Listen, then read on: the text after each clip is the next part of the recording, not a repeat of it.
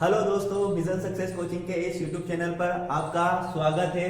तो आइए आज मैं आपके लिए एक शॉर्ट वीडियो लेकर आया जिसमें बात करेंगे अपन भारत के जीवमंडल आरक्षित क्षेत्र। भारत के जो 18 जीवमंडल आरक्षित क्षेत्र है आज उनके बारे में बात करेंगे। तो आइए एक एक को समझना, जिसको मैंने भारत का मैप बना के समझाया है कि कौन सा जीवमंडल आरक्षित क्षेत्र कहाँ पर है, कौन से राज्य में है और उसको कब जीवमंडल आरक्षित क्षेत्र घोषित किया है। आइए सबको समझते हैं, है ना। तो देखना, सबसे पहले हिमाचल प्रदेश की बात करते हैं। यहाँ पर एक ही है कि कौन सा कोल्ड डेजर्ट। तो कोल्ड डेजर्ट है वो कहां पर है, हिमाचल प्रदेश में। उसको कब जीवमंडल आरक्षित क्षेत्र घोषित किया, तो 2009 में। अगली बात करते हैं उत्तराखंड की। उत्तराखंड में कौन सा है, नंदा देवी।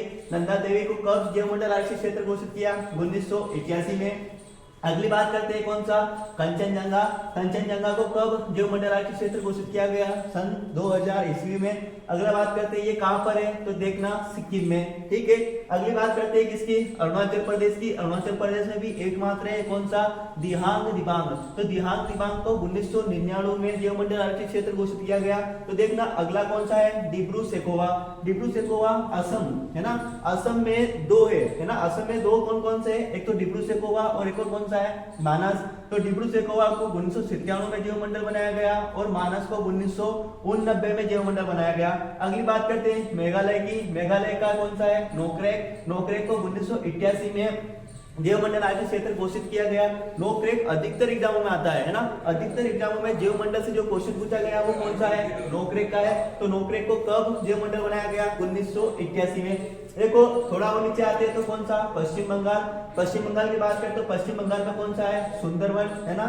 सुंदरवन डेल्टा। सुंदरवन डेल्टा को सुंदरवन जीवमंडल आरक्षित क्षेत्र बनाया गया कब, सन 1989 में, है ना। अगली बात करते हैं उड़ीसा की। उड़ीसा में कौन सा है, सिमलीपाल। तो सिमलीपाल को कब बनाया गया, 1994 में, 1994। अगली बात करते हैं आंध्र प्रदेश की, एपी की।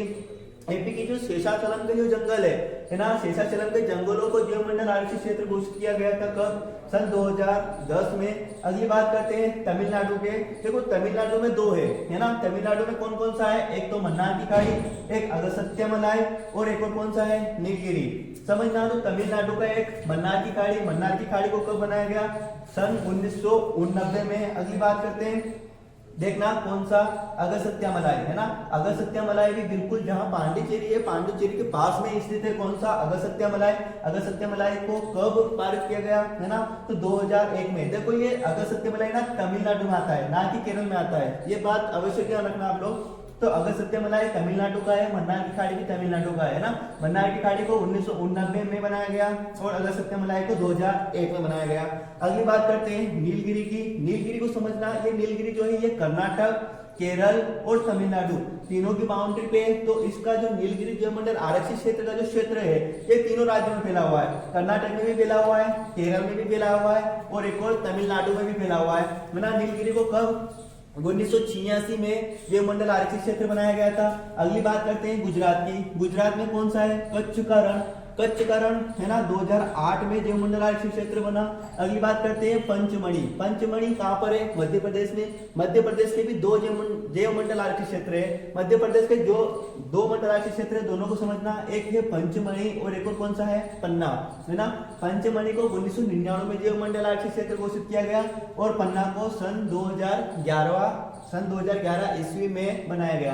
अगली बात करते हैं कौन सा, देखो अचान कमार, है ना, अचान कमार अमरकंटक। तो अचान कमार अमरकंटक की समझना, ये ऐसा क्षेत्र है जो मध्य प्रदेश में भी आता है और छत्तीसगढ़ में भी आता है ना। और इसको कब जीवमंडल आरक्षित क्षेत्र घोषित किया गया था, तो 2005 में। पर इसको समझना, जो अचान कमार जो अमरकंटक का जो क्षेत्र है ना, जो जीवमंडल आरक्षित क्षेत्र है, इसका अधिकतर क्षेत्र आता है किसमें, छत्तीसगढ़ में। तो कभी अगर मध्य प्रदेश और छत्तीसगढ़ अगर दोनों ऑप्शन में आते हैं तो आपको छत्तीसगढ़ टिक करना है।